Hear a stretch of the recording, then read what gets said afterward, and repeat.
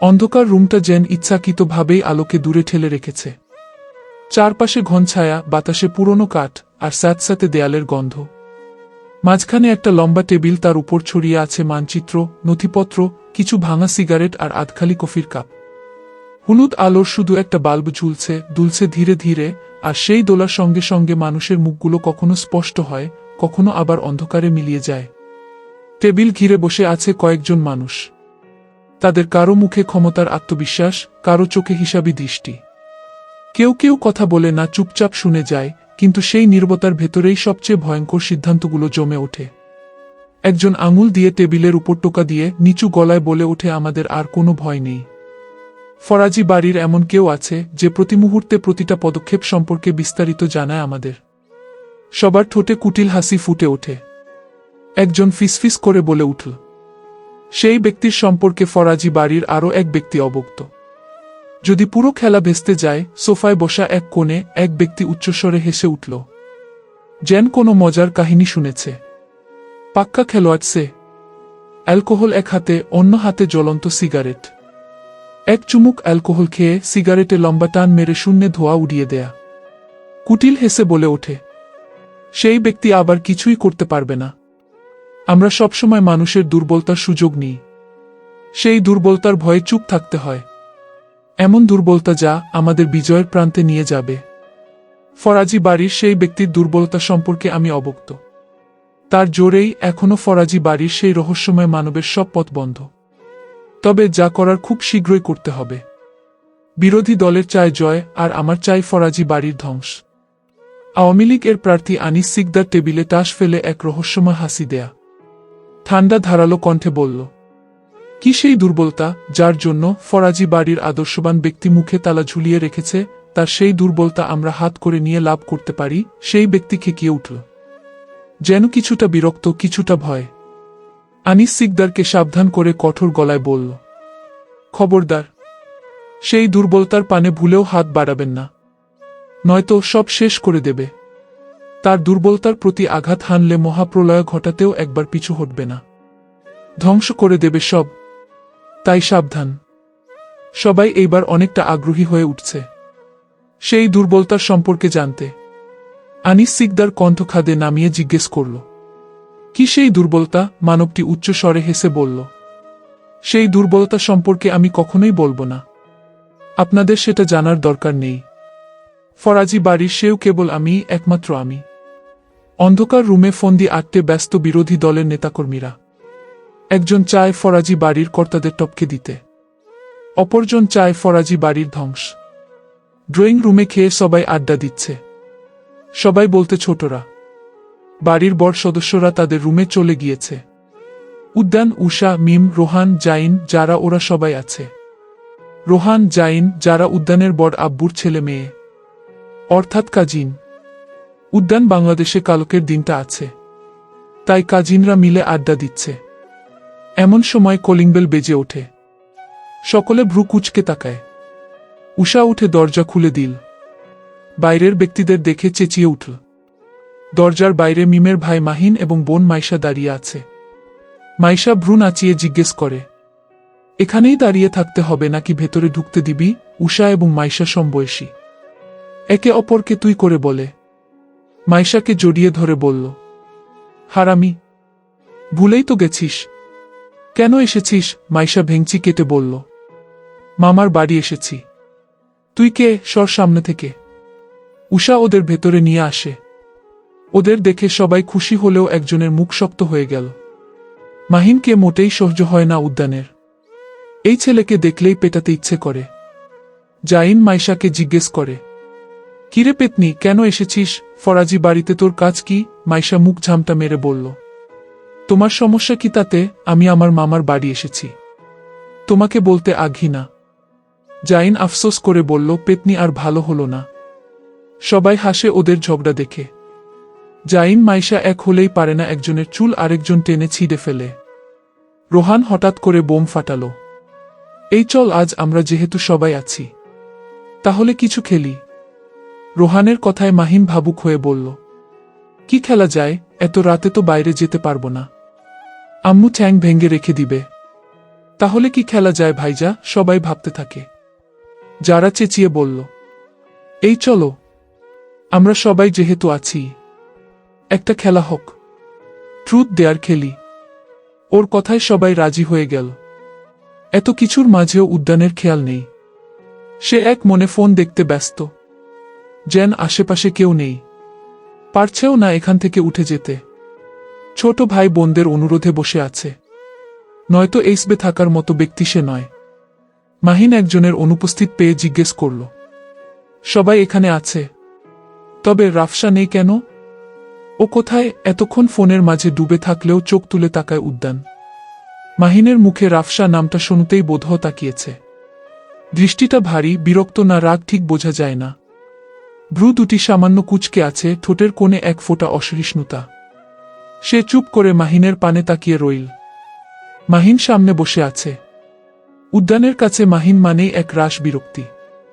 কেন জানে না, কিন্তু ওকে সহ্য করতে পারে না। মাহিন কথা বললেই মনে হয় শব্দগুলো কানে গিয়ে খচখচ করে। অকারণ হাসি, অতিরিক্ত আগ্রহ সবকিছুই উদ্যানের চোখে বাড়াবাড়ি। বিশেষ করে রাফসার প্রসঙ্গ এলেই রাগে বিরক্তিতে চিবুক শক্ত হয়ে আসে। রাফসা নামটা শুনলেই ভেতরে জলোচ্ছ্বাসে পরিণত হয়। উদ্যান মাহিনের পানে তাকিয়ে ঠান্ডা গলায় বলে ওঠে, অপ্রয়োজনীয় কথা বলিস না, সবাই গিয়ে শুয়ে পড়। সবাই অবাক হয়ে তাকালো। উদ্যানের এহেন আচরণে বিরক্ত হয়ে গেল মাহিন। ও দেখেছে রাফসার নাম নিলেই ফোঁস ফোঁস করে। বিরক্তে কপাল কুঁচকে বলে, ভাইজা তুমি রাফসার সাথে এমন করো কেন? আমার মনে হয় রাফসা এখানে তোমার কারণেই আসেনি। তুমি নিশ্চয়ই সারাদিন ওকে ধমকাধমকির উপর রাখো। মাহিনের এহেন কথায় চোয়াল শক্ত হয়ে আসে উদ্যানের।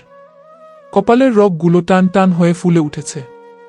হাতে ধরা ফোন শক্ত করে চেপে ধরে রাগ নিবারণ করার চেষ্টা করছে। ঠোঁট চেপে বসে রইল। ঘাট বাঁকিয়ে মাহিনের পানে চাইল। জীবের অভ্যাগ দ্বারা গালের অভ্যন্তরীণ ত্বক স্পর্শ করল। কণ্ঠ খাদে নামিয়ে হুমকিস্বরূপ বলল, প্রশ্ন করা আমার মোটেই পছন্দ নয় মাহিন।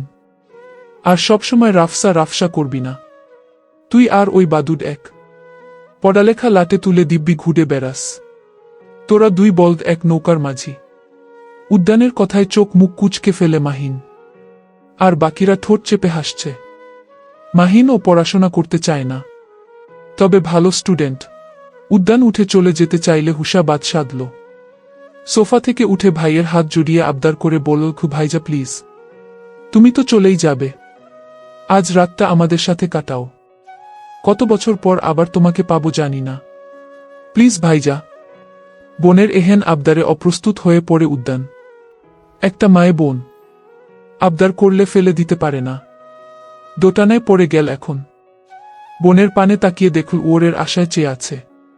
উদ্যান মাথায় হাত বুলিয়ে বলে, আচ্ছা থাকবো বাচ্চা। আশা আবার বলল, ট্রুথ দেয়ার খেলবে কিন্তু, নয়তো তোমার সাথে কথা নেই। ওকে বাচ্চা, খেলবো। আমার বোন বলবে আমি পূরণ করব না, তা কি করে হয়? উষা খুশিতে ভাইকে জড়িয়ে ধরে। উদ্যান হেসে ওকে মাথায় চুমু খেল। রোহান বলল, তবে ছাদে যাই, সেখানেই জমবে খেলা। জাইন বলল, দাঁড়াও আমি মাদুর নিয়ে আসছি। বলেই মাদুর আনতে চলে যায়। মাইশা এক ধ্যানে উদ্যানের পানে চেয়ে রইল। কিশোরী বয়সেই মন দেওয়া হয়ে গেছে, তবে এই পুরুষ কখনোই বুঝতে পারেনি। উদ্যানের ওর চোখে চোখ পড়তেই ভ্রু নাচিয়ে জিজ্ঞেস করে কি? মাইশা হেসে মাথা নাড়িয়ে কিছু না বলে, মাথা নিচু করে মৃদু হাসে। জাইন মাদুর নিয়ে আসলে ওদের উপরে যেতে বলে চলে যায়।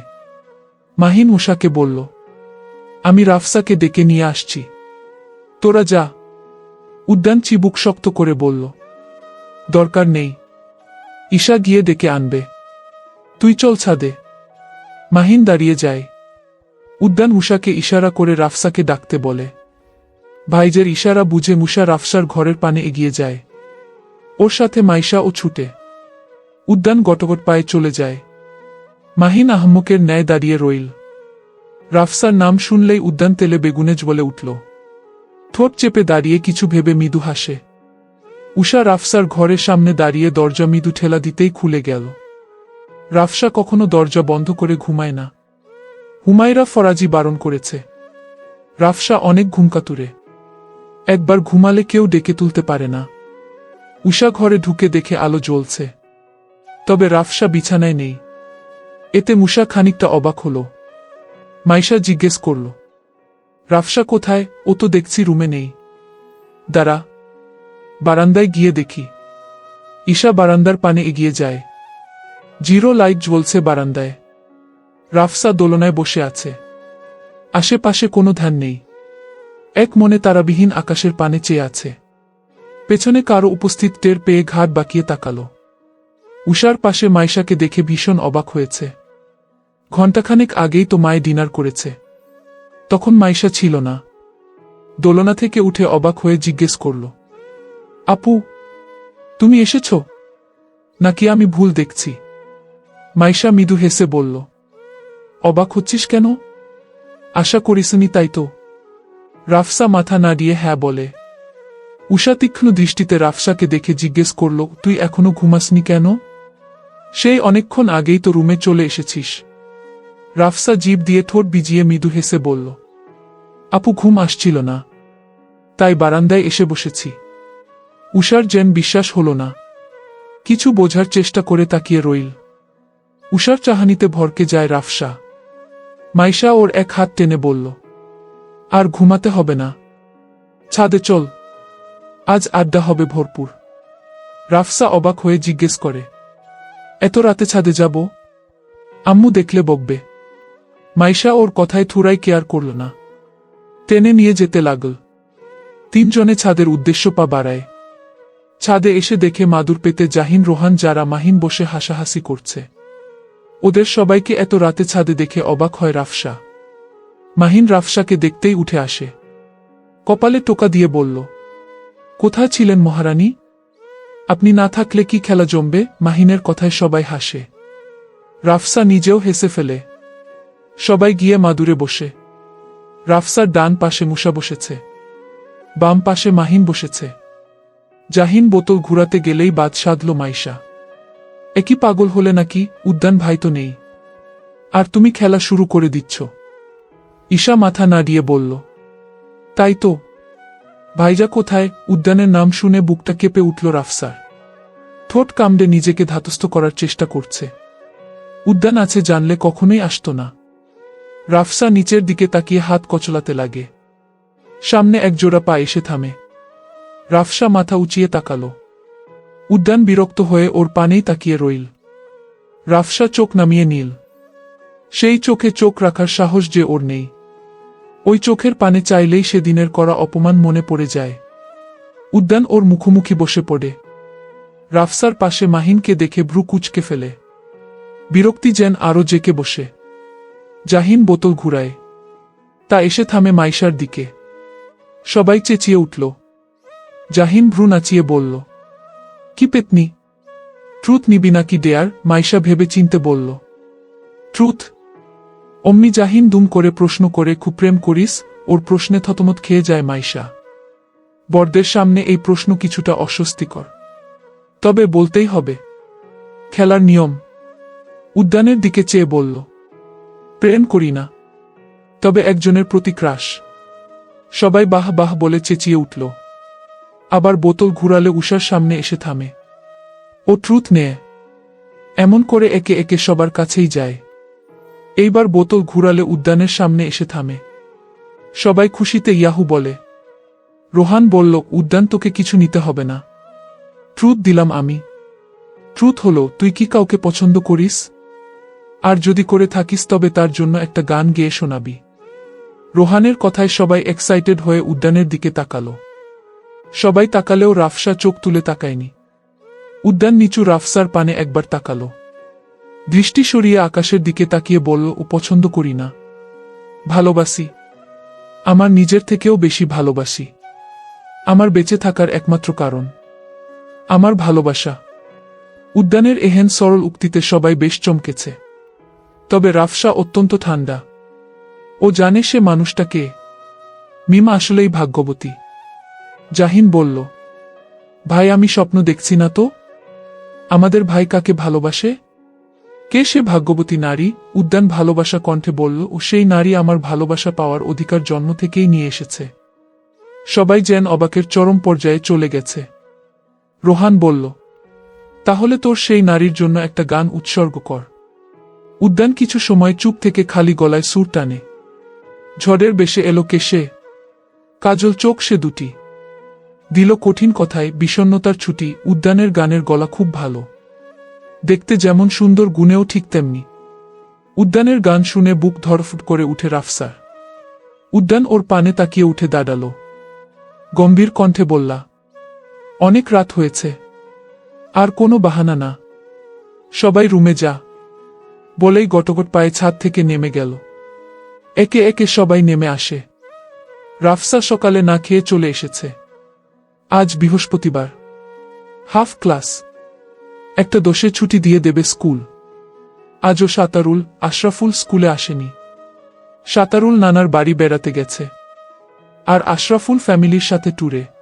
স্কুল ছুটি দেওয়ার পর সাবিকুন, সায়মা, রাফসা বেরিয়ে আসে। কিছুটা রাস্তা ওরা একসাথেই যায়, তারপর যার যার বাড়ির উদ্দেশ্যে বাড়ির রাস্তায় চলে যায়।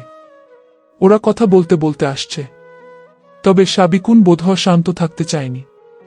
রাস্তা থেকে পাথর কুড়িয়ে নীল। এখান থেকেই তিনজন তিন মোড়ে চলে যাবে। সাবিকুনকে পাথর নিতে দেখে সায়মা ভ্রু কুঁচকে জিজ্ঞেস করল, এই শালি, পাথর দিয়ে কি করবি তুই? সাবিকুন হেসে বলল, আমি ওই টিনের বাড়িতে পাথরা ছুঁড়ে মারব, তারপর যে যার রাস্তায় দৌড় লাগাবি। ওকে। কথাটাই বলতে বলতেই টিনের বাড়িতে পাথর ছুঁড়ে মারল। সায়মা, সাবিকুন দুজন দুই রাস্তায় দৌড় লাগা। তবে রাফসা বেকুবের মতো দাঁড়িয়ে রইল। বুঝতে পেরে নিজেও দৌড় লাগা, তবে ভাগ্য খারাপ থাকায় এক ছেলের সাথে ধাক্কা খায়। রাফসা কপালে হাত দিয়ে চেঁচিয়ে বলল, কোন হালারে, আমার সামনেই মরতে আসছে। ছেলেটা রাফসার কথায় ফিক করে হেসে দেয়া। এত ছোট মেয়ের মুখে শালা শব্দটা ইউনিক ভাবে শুনে অবাক হয়। রাফসা চোখ তুলে তাকাতেই ছেলেটা থমকে যায়। ডাগর ডাগর ঘন পাপড়ি যুক্ত একজোড়া চোখ, সেই চোখে যেন সর্বনাশ দেখেছে। রাফসা আর দাঁড়ায়নি, ছেলেটাকে পাশ কাটিয়ে চলে যায়।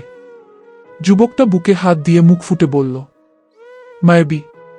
রাফসা একটু সামনে আসতেই কেউ ওর সামনে ঝড়ের বেগে হাজির হয়। সামনে কাউকে দাঁড়াতে দেখে চোখ তুলে তাকায় রাফসা। উদ্যানকে দেখে অবাক হয়। পাশ কাটিয়ে যাওয়ার আগেই রাফসার গালে জোরালো এক থাপ্পড় পড়ে। রাফসা অবাক হয়ে গালে হাত দিয়ে তাকায় উদ্যানের পানে। উদ্যান দাঁত কিডমিট করে বলে, বেহায়া মেয়ে মানুষ, এমনভাবেই ছেলেদের নিজের প্রতি সিডিউস করিস? কতটা জঘন্য, ডিসগাস্টিং গার্ল। ঝড়ের বেগে যেভাবে ছুটে এসেছিল, ঠিক তেমন ভাবেই হাওয়া। রাফসা এখনো গালে হাত দিয়ে দাঁড়িয়ে রইল। কথাগুলোর মানে বুঝতে পেরে ঘৃণায় গা গুলিয়ে উঠল। রাফসা যাকে বুকের ভেতর ঘর বানিয়ে রেখেছিল, আজ সেই মানুষটার হাতে তার আত্মসম্মান ছিন্ন ভিন্ন। সে চিৎকার করে কাঁদতে পারছে না, কারণ চোখের জলও যেন লজ্জা পেয়েছে। ঠোঁট কাঁপছে, বুক ভারী হয়ে আসছে, আর হৃদয়ের ভেতর জমে উঠছে অসীম শূন্যতা। যে মানুষটার জন্য এতদিন অল্প অল্প করে ভালোবাসা বুনেছে, সে আজ পদে পদে ভেঙে দিচ্ছে। ভালোবাসা সব সময় নিরাপদ নয়। কিছু ভালোবাসা মানুষকে বাঁচায় না, বরং ধীরে ধীরে ভেঙে ফেলে। উদ্যানের অপমান, অবহেলায় বিগত রাতগুলো দগ্ধ আগুনে পরিণত হয়েছে। প্রথম ভালোবাসা সব সময় ভুল মানুষের প্রতি সৃষ্টি হয়। রাফসার মাথা ঘুরছে, চারপাশ অন্ধকার হয়ে আসছে। এতটা সাফার আজ প্রথম করছে, ভুল মানুষকে ভালোবেসে। সকালে না খেয়ে এসেছে, তার উপর এত বেলা। যেন এক্ষুনি রাস্তায় মাথা ঘুরে পড়ে যাবে। নিজেকে ভাঙতে চাইছে না, তবুও সেই মানুষটা বারে বারে ওকে ভেঙে দিয়ে যায়। পুরুষ মানুষ কি কখনো নারীকে বুঝবে না? হয়তো না। রাফসা একটা রিকশা দাঁড় করায়। রিকশায় উঠে বাড়ির উদ্দেশ্যে রওনা দেয়া।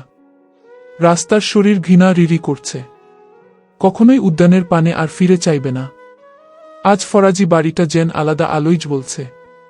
সকাল থেকেই অতিথির যাতায়াত, দরজায় দরজায় কাজিনদের কোলাহল। আজ যে মেহমান আসছে, আর তার মাঝে লুকিয়ে গভীর আবেগের দিন। ফরাজি বাড়ির বড় ছেলে বিদেশ চলে যাবে, এই খবরটা আনন্দ আর বিষাদের এক অদ্ভুত মিশ্রণ হয়ে সবার মনে গেঁথে আছে। রান্নাঘরটা সকাল থেকে ব্যস্ত। বড় চুলায় হাঁড়ি চাপানো, ভাতের ঢাকনা তুলে বাষ্প বেরোচ্ছে। মুরগির ঝোলের মশলা কষানোর ঘ্রাণে পুরো বাড়ি ভরে গেছে। কোথাও বিরিয়ানির চাল ধোয়া হচ্ছে, কোথাও আবার পোলাওর জন্য ঘি গরম। খালামনি আর ফুফুরা উদ্যানকে নিয়ে গর্ব করছে। কেউ সালাদ কাটছে, কেউ মিষ্টির প্লেট সাজাচ্ছে রান্নাঘরে। এই ব্যস্ততায় যেন সবাই নিজের কষ্টটা লুকিয়ে রাখছে। ড্রয়িং রুম আর বারান্দা জুড়ে কাজিনদের আড্ডা। কেউ ছোটবেলার গল্প টানছে, কে কাকে মারত, কে কার খেলনা ভেঙেছিল। হঠাৎ হেসে উঠছে সবাই, আবার হঠাৎ করে কথার মাঝখানে থেমে যাচ্ছে। কেউ কেউ বড় ভাইকে ঘিরে আলাদা একটা বিদেশের গল্প, নতুন জীবনের স্বপ্ন আর সাবধানে লুকানো উৎকণ্ঠা। কেউ ঠাট্টা করে বলছে বিদেশ গিয়ে আমাদের ভুলে যাবে। দুপুরের আগেই মেহমান আসতে শুরু করেছিল। উঠোনে চেয়ার পাতা হয়েছে, পান সুপারির প্লেট সাজানো হয়েছে, বয়স্করা দয়া করে, ছোটরা কৌতূহলী চোখে সব পরখ করছে। রাহেলা ফরাজির চোখ বারবার ভিজে উঠছে। কিছু বলতে চায় কিন্তু বলতে পারে না। বাবা চুপচাপ বসে থাকলেও চোখের গভীরে চাপা গর্ব আর শূন্যতার ছায়া। রাফসা বাড়ি এসে এত মানুষ দেখে বিরক্ত হয়। ও জানে আজ বাড়িতে এত মানুষ কিসের। বুক ভেঙে আসছে না চাইতেও। ড্রয়িং রুমে গিয়ে দেখে কাজিনরা সোফায় বসে আড্ডা দিচ্ছে। রাফতার পানে সবার আগে মাহিনের চোখ পড়ে। ওকে দেখতে এক গাল হাসে। সোফা থেকে উঠে এসে রাস্তার সামনে দাঁড়ায়। রাফসার থেকে ব্যাগ কেড়ে নেয়। উদ্বিগ্ন হয়ে জিজ্ঞেস করল, তোর চোখ মুখের হাল বেহাল কেন? কিছু হয়েছে? রাফসা মাথা নাড়িয়ে বলল, কিছু হয়নি। খিদে পেয়েছে, সকালে খেয়ে যায়নি, তাই হয়তো এমন লাগছে। আয়শা মাইশা এগিয়ে আসে। ওরা সকলে জানত আজ রাফসা স্কুলে যাবে না। ও তো পড়া চোর, স্কুলে যেতে চায় না, বাহানা দিতেই থাকে এটা সেটা। আজ যেহেতু বাড়িতে মেহমান আসবে, ও তো আরও বাহানা করত। সবাই এটাই ভেবে রেখেছিল। তবে ওদের ভাবনা ভুল করে সকালেই বেরিয়ে পড়ে। কাল অনেক রাতে ঘুমানোর ফলে আজ ওরা দেরিতে উঠেছে। সেই আগের রাফসা হলে এখনো ঘুম থেকে টেনে তোলা যেত না। কাল রাতে মাইশা, রাফসা, উষা একসাথে ঘুমিয়েছে। সকালে ঘুম থেকে উঠে রাফসাকে পাশে না পেয়ে খুব আশ্চর্য হয়। বাড়ির প্রত্যেকে বেশ অবাক রাফসার এহেন পরিবর্তনে। ঈশা অবাক হয়ে জিজ্ঞেস করল, তুই আজ স্কুলে কেন গিয়েছিস? জানিস না আজ বাড়িতে মেহমান আসবে? সব কাজিন কতদিন পর একসাথে হয়েছি, ভেবেছি আড্ডা দ্বীপ ভরপুর, কিন্তু তুই পাকামো করে স্কুলে চলে গেছিস। মাইশা ওর বাহুতে দুম করে একটা থাপ্পড় মেরে বলল, এত পড়াশোনা করতে হবে না। তুই কি রাফসা চন্দ্র বিদ্যাসাগর হতে চাইছিস? তোর জন্য আজ আমরা মজা করতে পারিনি। রাফসা বাহুতে হাত বুলিয়ে শান্ত স্বরে বলল, আমি দেখছি তোমরা দিব্যি মজা করছো। আমি না থাকলে কি হবে? মাহিন ওদের কথায় বিরক্ত হয়ে গেল। মেয়েটার চোখ মুখ শুকিয়ে আছে, সেই দিকে চোখ নেই। এসেছে পর থেকে তর্ক করেই যাচ্ছে। ওদের ধমকে বলে ওঠে, মার খাবি তোরা। দেখছিস না রাফসার চোখ মুখ শুকিয়ে আছে, সকালে না খেয়ে গেছে, আর তোরা এখানে ঝগড়া কম্পিটিশন করছিস। মাহিনের ধমকে কেঁপে উঠল ওরা। ঈশা মুখ বাঁকিয়ে বলল, তোমার কি তাতে? মাহিন পুনরায় ধমকে উঠে। ওর ধমকে চোখ মুখ কুচকে ফেলে হেসা। মাহিন রাফসার পানে চেয়ে বলল, গিয়ে ফ্রেশ হয়ে নে, তারপর খাবি। রাফসা বাধ্য মেয়ের মতো মাথা নাড়াল। ব্যাগটা নিতে চাইলে মাহিন বাধা দিয়ে বলল, তুই নিজেই হেঁটে যেতে পারবি না? ব্যাগ কি করে বয়ে নিবি? চল, আমি নিয়ে যাচ্ছি। রাফসা মৃদু হাসে, এই ব্যাগ আর এমন কি? ব্যাগের ভার না হয় বয়ে নিবে, তবে মনের একতরফা ভালোবাসা কি করে বয়ে নিবে? ভালোবাসা সহজে সহজে ভুলা যায় না। রাফসা আর বিরোধিতা করেনি, গুটি গুটি পায়ে এগিয়ে যায়। ওর পেছনে মাহিন পা ফেলে এগিয়ে যায়, যেন কোনো কেয়ারিং প্রেমিক। এমন সময় দরজায় এসে হাজির হয় উদ্যান। এসেই সেদিকে চোখ যায়। রাফসার পেছনে মাহিন ব্যাগ নিয়ে ছুটছে। ভ্রু কুচকে সেদিকেই তাকিয়ে রইল, হাত জোড়া শক্ত করে চেপে ধরে। মাসালগুলো যেন ফুলে উঠেছে। কালো শার্টের উপর তা বিদ্যমান, বোঝা যাচ্ছে না অভিব্যক্তি। চোখ মুখ একদম শান্ত, চোখ দুটো ছুরির মতো ধারালো। চিবুক শক্ত করে দাঁড়িয়ে রইল। রাফসা রুমে আসে। ওর পেছন পেছন মাহিনও ঢুকে। টেবিলের উপর ব্যাগ রেখে রাফসার পানে তাকালো। ঘেমে গেছে একদম, শ্যামলা মুখে মায়া উকি দিচ্ছে। রাফসা ওর পানে তাকিয়ে ক্লান্ত গলায় বলল, ভাইজা তুমি যাও এখন, আমি ড্রেস চেঞ্জ করব। হ্যাঁ যাচ্ছি। তুই তাড়াতাড়ি ফ্রেশ হয়ে নে। আমি উষাকে বলে শরবত পাঠাচ্ছি। রাফসা মৃদু হাসে। মাহিন একটা মুচকি হাসি দিয়ে চলে যায়। রাফসা ধীরে ধীরে হিজাবের পিন ছুটায়। অন্যমনস্ক থাকায় অসাবধানতায় ডান হাতের বৃদ্ধাঙ্গুলে পিন ঢুকে গেল। ঘোর থেকে ছিটকে বেরো। রক্ত বের হচ্ছে। প্রায় অনেকটাই কেটেছে। আড়াআড়ি ভাবে লম্বা হয়ে কেটেছে। ক্ষতটা একটু গভীরই। রাফসা রক্তের দিকে তাকিয়ে মৃদু হেসে বলল, এই রক্ত সারাদিন সেই পুরুষের নামে ধমনীতে চলে। সেই পুরুষের নামে রক্তের মাধ্যমে অক্সিজেন সরবরাহ করে। ব্যথা পাওয়া না দিয়ে উঠে দাঁড়ালো। মনের ব্যথার কাছে এই ব্যথা কিছুই না। হাতের ব্যথা লাঘব করতে পারবে, তবে মনের ব্যথা লাঘব করবে কি করে? সকালে ঘুম থেকে উঠে সময় কম পায়। গোসল করে যেতে পারেনি, তাই শরীরটা টেনে হেঁচড়ে নিয়ে যায় শাওয়ার নিতে। ঝর্ণার নিচে দাঁড়াতেই ঠান্ডা অনুভব করে। পানির সাথে চোখের অবাধ্য নোনাজল গড়িয়ে পড়ে। পানির আড়ালে তা অপ্রকাশিত। আজকের অপমান বোধহয় হৃদয়ে গভীর দাগ কেটেছে। পানির সাথে মনের সকল কষ্ট ধুয়ে মুছে যাচ্ছে যেন। গোসল করে বেরিয়ে রাফসা বিছানা উষাকে বসে থাকতে দেখে। মাইশা আসেনি। টেবিলে এক গ্লাস শরবত রাখা। রাফসা কালো 3 পিস পরেছে। চুলে টাওয়াল বাঁধেনি, যার দরুন চুল থেকে টপটপ করে পানি ঝরছে। ঈশা উঠে এসে হাত ধরে ওকে বিছানায় বসিয়ে দেয়। হাত থেকে টাওয়াল নিয়ে চুল মুছতে শুরু করল। রাফসা নির্বিঘ্ন হয়ে বসে রইল। কোনো প্রতিক্রিয়া নেই ওর, যেন একটা জড়বস্তু। ঈশা ওর চুলে টাওয়াল চালাতে চালাতে নিস্তব্ধতা ভেঙে হঠাৎ জিজ্ঞেস করল, ভাইয়াকে ভালোবাসিস? উষার এহেন প্রশ্নে ধ্যান ভাঙ্গে রাফসার। আকস্মিক প্রশ্নে থতমত খেয়ে গেল। উষার দিকে অবাক হয়ে তাকালো।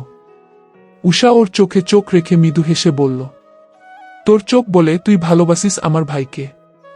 এতটুকু বোঝার ক্ষমতা আমার আছে। ভেতর থেকে কান্না দোলা পাকিয়ে বের হয়ে আসছে। চোখ টলমল করছে। ঠোঁট কামড়ে শান্ত করার চেষ্টা করছে নিজেকে। দীর্ঘশ্বাস ফেলে কঠিন গলায় বলল, তোমার ভাইকে কেন আমি ভালোবাসব? তাকে ভালোবেসে আমার লাভ কি? রাফসার কথায় মৃদু হাসে উষা। ভ্রু নাচিয়ে জিজ্ঞেস করল, আমার ভাই তোর ভাই না? এমন ভাবে বলছিস যেন নন্দের কাছে স্বামীর নামে অভিযোগ করছিস। রাফসা ওর কথা থেকে টলল না এক পা। কঠিন হয়ে পুনরায় বলল, আমি ভালোবাসি কাউকে। আর তোমার ভাই তো প্রশ্নই আসে না। তুই না হয় মিথ্যা বলছিস, তবে তোর চোখ সে আকিদ্ধে কখনো মিথ্যা বলে না রাফসা। আচ্ছা বাদ দে, আমি অনুমান করে বললাম। রাফসা আর কিছু বলেনি, চুপ করে গেল। ঈশা ওর চুল মুছে দিয়ে বারান্দায় টাওয়াল শুকাতে দেয়া। পুনরায় রুমে ফিরে রাফসাকে নিয়ে নিচে চলে যায়। দুপুর প্রায় 3টের কাছাকাছি। সকল মেহমান খেয়ে ফেলেছে। বাড়ির গুটি কয়েক সদস্য বাকি, তার মধ্যে সকলেই কাজিন। একজন আরেকজনকে রেখে খেতে বসতে চাইছে না। ওরা নিচে নেমে দেখে টেবিলে কাজিনরা বসে পড়েছে। ওরা সেদিকে এগিয়ে যায়। রাফসা টেবিলের দিকে এগিয়ে যেতে মাহিন একটা চেয়ার টেনে দেয়। ইশারা করে বলে বসতে। রাফসা বসে পড়ে। তার পাশের চেয়ারে মাহিন বসে। এপাশে জিয়ার খালি না থাকায় উষা দিয়ে অপর পাশে বসে। উদ্যান চোখ তুলে এক পলক তাকিয়ে চোখ নিচে নামিয়ে ফেলে। সবাই খেতে খেতে টুকটাক গল্প করছে। রাফসা খাবারে হাত লাগাতেই হাত জ্বলে ওঠে। ডান হাত বিধায় খেতে সমস্যা হবে। মাহিন ভ্রু কুঁচকে বলল, খাচ্ছিস না কেন? রাফসা মাথা নিচু করে আস্তে করে বলল, পিন ঢুকে হাত কেটে গেছে, জ্বলছে খুব। আমি না হয় আম্মুর হাতে খেয়ে নেব। মাহিন বাদ সাধল। ওর প্লেটটা নিজের কাছে টেনে নেয়। ভাত মাখাতে মাখাতে বলল, মামানি বিজি, এখন পারবে না খাইয়ে দিতে। আমি বরং খাইয়ে দিচ্ছি। কথাগুলো বলতে বলতে লোকমা তুলে রাফসার মুখের সামনে ধরল। রাফসা অস্বস্তিতে পড়ে যায়। সকলের মাঝে ফিরিয়ে দেওয়াটা খারাপ দেখা যায়। বাধ্য হয়ে মুখ খুলে লোকমা নেয়। মাহিন হাসে। ও যেন খুশি হয়েছে বেশ। উদ্যান নিজের খাওয়া ফেলে ওদের পানে তাকিয়ে রইল। চোখ মুখ স্বাভাবিক, আবার খাওয়ার দিকে মনোযোগ দেয়। সবাই খেতে খেতে হাসছে, কথা বলছে। খেয়ে রাফসা ছাদে চলে আসে। একাই এসেছে। সবাই নিচে আছে। মানুষজনের ভিড়ে অসহ্য লাগছে। রেলিংয়ের পাশে দাঁড়িয়ে রইল। কিছুর আওয়াজ পেয়ে পেছনে ফিরে তাকালো। উদ্যানকে দেখে ভ্রু কুঁচকে ফেলে। এই মানুষটাকে দেখলে যেমন বুক ফেটে কান্না আসে, তেমন ঘৃণায় শরীর কাঁপে। উদ্যান ওর সামনে এসে দাঁড়ায়। উদ্যানকে পাশ কাটিয়ে চলে যেতে নিলেই বাদশাধে সে। রাফসার হাত উপরে তুলে জিজ্ঞেস করল, এই হাতটা কেন রেখেছিস? কেটে ফেললেই পারিস। কোনো কাজেই তো লাগে না। গিলিস তো অন্য ছেলের হাতে। তো? উদ্যান শান্ত স্বরে জিজ্ঞেস করল। তুই এত বেহাজা কেন? ছেলেদের সাথে সারাদিন চিপকে থাকিস। আচ্ছা, তোর কি লজ্জা শরমের বালাই নেই? রাফসা অন্যদিকে তাকিয়ে জিজ্ঞেস করল। না, আমি নির্লজ্জ, তাই লজ্জা নেই। তুই না বললি আমায় ভালোবাসিস, তাহলে ছেলেদের সাথে এমন চিপকে থাকিস কেন? উদ্যানের কথায় উচ্চ স্বরে হেসে উঠল রাফসা। তাচ্ছিলের স্বরে জিজ্ঞেস করল, কবে বলেছি? আমার তো মনে পড়ছে না। আমি তো ভালোবাসি না। রাফসার এমন তুচ্ছতাচ্ছিল্য কথার চিবুক শক্ত হয়ে আসে উদ্যানের। রাফসার ধরে রাখা হাতটা জোরে চেপে ধরল। দাঁত খেঁচিয়ে বলল, দুদিন পর পর তো নতুন ছেলে ধরিস। কয়টাকে মনে রাখবি? রাফসা ডোন্ট কেয়ার ভাব নিয়ে বলে। তাতে কি? শোনো। রাফসা ওর হাতটা ছাড়িয়ে নিয়ে বলল, নট ইন্টারেস্ট। কথাটা বলেই গটগট পায়ে ছাদ থেকে নেমে যায়। উদ্যান জ্বলন্ত চোখে তাকিয়ে রইল। হাতের মুঠো শক্ত করে চেপে ধরে। সোফার উপর বসে রয়েছে এক যুবক। সাদা পাঞ্জাবি পরে আছে। হাতে কালো ফিতের ঘড়ি। দৃষ্টি ছুরির মতো ধারালো। ঠোঁট কামড়ে কিছু ভাবছে। মুহূর্তে আবার হেসে উঠছে। চোখে গভীর কিছু খেলে যাচ্ছে। ঘরের দরজা ঠেলে প্রবেশ করে এক ছেলে। সোফায় বসা যুবকটি চোখ বন্ধ করে হেলান দিয়ে বসে আছে, যেন কিছুর জন্য অধীর আগ্রহে অপেক্ষা করছে। ছেলেটি ডাকে, ভাই। ডাক শুনে চোখ মেলে তাকাল যুবকটি। সামনের ছেলেটিকে দেখে সোজা হয়ে গেল। ঘাট বাঁকিয়ে তাকালো। চুলে হাত বুলাতে বুলাতে ঠান্ডা গলায় বলল, খোঁজ পেয়েছিস? হ্যাঁ ভাই। মেয়েটা? যুবকটি ওর কথা থামিয়ে দিয়ে হুমকি দিয়ে বলল, মেয়ে না, ভাবি বল। ছেলেটি মাথা নাড়িয়ে বলল, জি ভাই। ভাবির নাম রাফসা, 10ম শ্রেণীর ছাত্রী। উনি ফরাজি বাড়ির ছোট মেয়ে, রাজীব ফরাজির মেয়ে। ফরাজি বাড়ির নাম শুনে বেশ চমকে উঠল যুবকটি। উচ্চস্বরে হেসে উঠল। ঘাড়ে হাত বুলিয়ে বলল, ইন্টারেস্টিং। সেও বাড়ির মেয়ের প্রেমে পড়লাম। সবই দয়ালের খেলা। সে যেই হোক, আমার মন কেড়েছে। ওকে তো আমি আমার করেই ছাড়ব। ছেলেটি চলে যায়। যুবকটি হেসে উঠল। মিস রাফসা, তৈরি হতে থাকুন ধীরে ধীরে। মিসেস আবিজান হবেন আপনি। আমার মায়াবী। অতিথিরা খেয়ে দিয়ে বিকেলেই চলে গেছে। এখন রাত 9টা। উদ্যানের ফ্লাইট 12টায়। এয়ারপোর্ট কাছে হওয়ার দরুন এত দেরিতে বের হচ্ছে। সবাই বিদায় দিতে এসে দাঁড়ায়। সকলের চোখে পানি। রাহেলা ফরাজি ফুপিয়ে ফুপিয়ে কাঁদছে। উদ্যান মাকে জড়িয়ে ধরে সান্ত্বনা দেয়। সবার থেকে বিদায় নিয়ে গাড়ির দরজা খুলে উঠে বসার আগে কি মনে করে ঘাট বাঁকিয়ে রাফসার বারান্দার পানে তাকালো। মৃদু জিরো লাইটেই আলো, মুখটা অস্পষ্ট। রাফসা নিচে আসেনি। বাহানা দিয়ে বারান্দায় দাঁড়িয়ে রইল। উদ্যান কিছু সময় তাকিয়ে গাড়িতে উঠে বসে।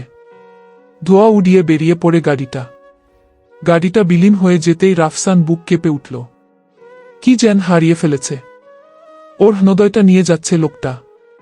না চাইতেও চোখ দিয়ে জল গড়িয়ে পড়ল। রাফসা রাতের অন্ধকার আকাশের পানে তাকিয়ে মৃদু হাসে। বিটবিট করে বলল, প্রেম ভোলা যায়, তবে ভালোবাসা ভোলা যায় না। ভালোবাসা জন্ম নেওয়ার প্রথম ধাপ মায়া।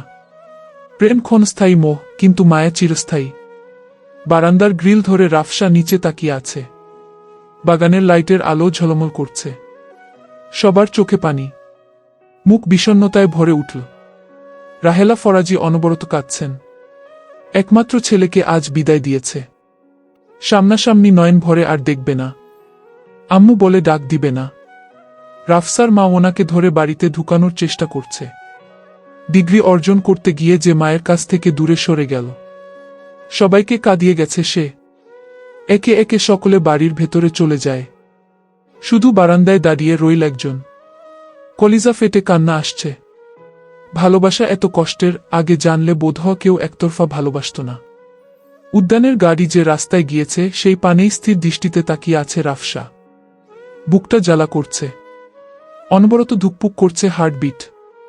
লোকটাকে ওর ঘৃণা করা উচিত, তবে ভালোবাসার মানুষকে ঘৃণা করা মুখের কথা নয়। নিশ্চুপ রাফসা এইবার শব্দ করে কেঁদে উঠল। ওর দৌড়ে গিয়ে উদ্যানকে জড়িয়ে ধরতে ইচ্ছে করছে, মুখ ফুটে চিৎকার বলতে ইচ্ছে করছে, তুমি আমায় ভালো না বাসো, কিন্তু আমার থেকে দূরে যেও না। তুমি ভালো নাই বাসলে তবে আমি ভালোবাসি তো। তুমি এত পাষাণ পুরুষ কেন হলে? অন্তত আমাকে ভালোবাসতে দাও। তোমায় আমি কখনো বলবো না আমায় একটুখানি ভালোবাসো। আমি একতরফা ভালোবেসে যাব, কখনো কোনো দাবি করব না। আমি নীরবে ভালোবেসে দুমড়ে মুচড়ে শেষ হয়ে যাব, কখনো ভালোবাসা ভিক্ষা চাইব না। জানো, পুরুষ মানুষ খুব পাষাণ।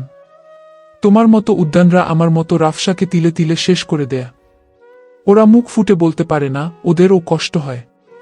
বিশ্বাস কর, নারীও কাঁদে। ওদের একটা সুপ্ত মন আছে, সেই সুপ্ত মন পুরুষরা ভেঙে চুরমার করে দেয়া। নারীরাও মানুষ, ওরাও তো মানুষ। তোমরা কেন নারীকে এত কষ্ট দাও? ভালো না বাসো, কিন্তু ওদের অপমান করো কেন? নারীর ভালোবাসা সবসময় নিরাপদ নয়, কিছু ভালোবাসা নারীকে বাঁচায় না, ধীরে ধীরে শেষ করে দেয়া। তুমি এত হিংসুটে কেন?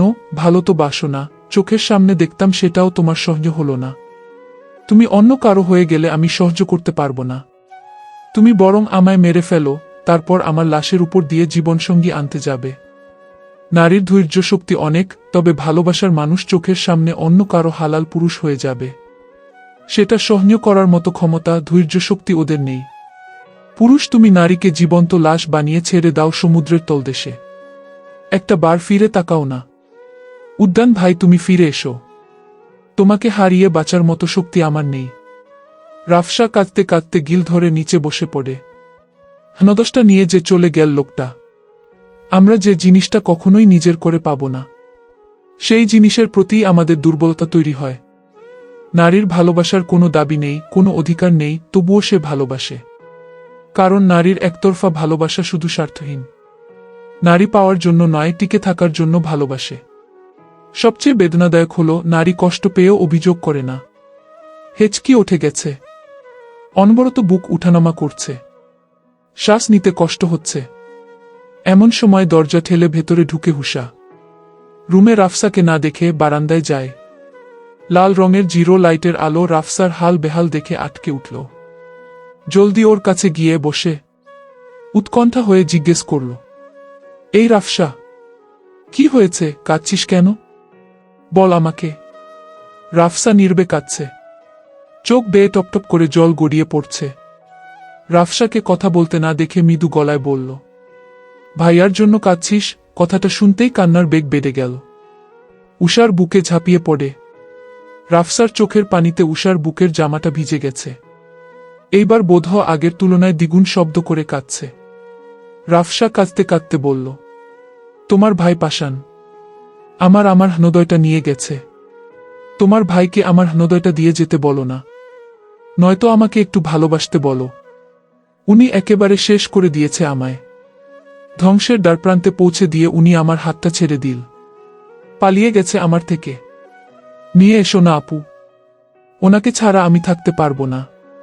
এই দেখো আমার শ্বাস নিতে কষ্ট হচ্ছে। আমাকে পাগল বানিয়ে উনি পালিয়ে গেছে। তোমার ভাই খুন করে ফেলেছে আমায়, জীবন্ত লাশ বানিয়ে ক্যারিয়ার গড়তে গিয়েছে। নিয়ে আসো না আপু, উনি যা বলবে আমি তাই করব।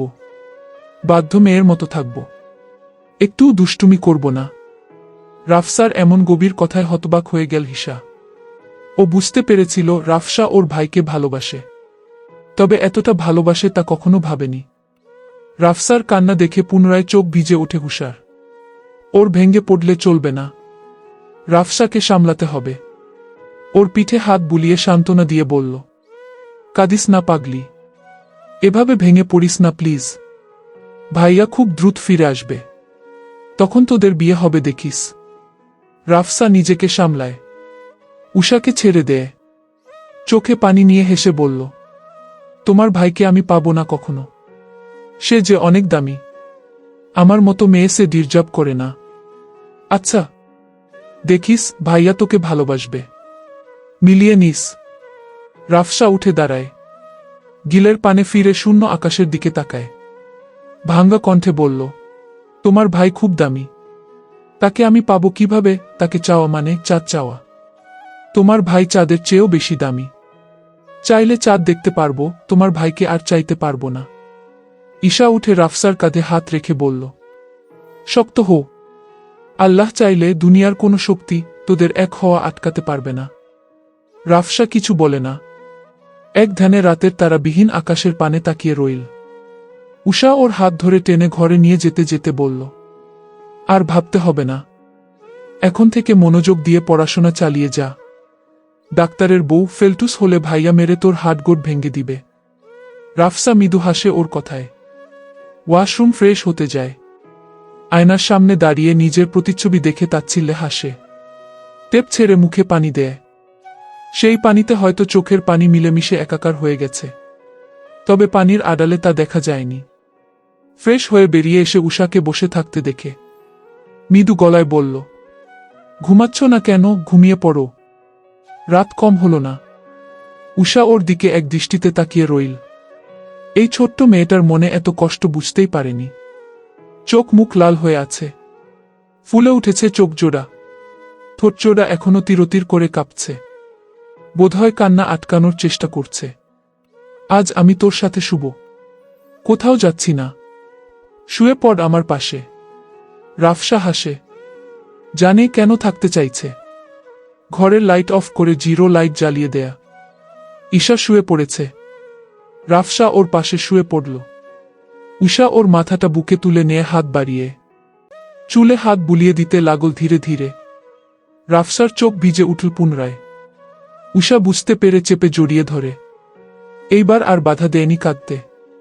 কাঁদলে মন হালকা হবে। ঈশার আস্কারায় এইবার জোরে কেঁদে উঠে আবার। এমতিন রাত ও ঘুমা থাকায় শরীরটা ছেড়ে দেয়া। নিস্তেজ হয়ে গেল, কিন্তু কানে বাতাসের সাথে যে বাজছে। রাতে চাঁদের আলো ঝরে, বন্ধু তোমারও ঘরে, হায় আলো যে জ্বলে না, আমি একলা আন্ধারে। বন্ধু বিব্রতি দে না, আমি খুঁজি তোমারে, তুমি কোথায় আছো, কোথায় দেখা যাও আমারে। জিরো লাইটের আলো জ্বলছে শুধু, ঘরে নিস্তব্ধতা বিরাজ করছে। এই নিস্তব্ধতার মাঝেও যেন কান্নার আর্তনাদ বাড়ি খাচ্ছে। চট্টগ্রাম শাহ আমানত বিমানবন্দর শহরের কোনো ঘেঁষে থাকা এক ব্যস্ত দরজা, যেখান দিয়ে প্রতিদিন কিছু গল্প উড়ে যায়, কিছু গল্প নেমে আসে। টার্মিনালের ভেতরের ঘোষণার শব্দ ভেসে আসে। Flight number, boarding call. উদ্যান প্লেনে উঠে বসে জানালার বাইরে তাকিয়ে ব্যস্ত রাস্তা দেখায় ব্যস্ত। জাইদের ব্যাগ উঠানামা করছে শ্রমিকরা। শান্ত চোখের চাহনি। ফ্লাইট উড়াল দিতেই দীর্ঘশ্বাস ফেলে।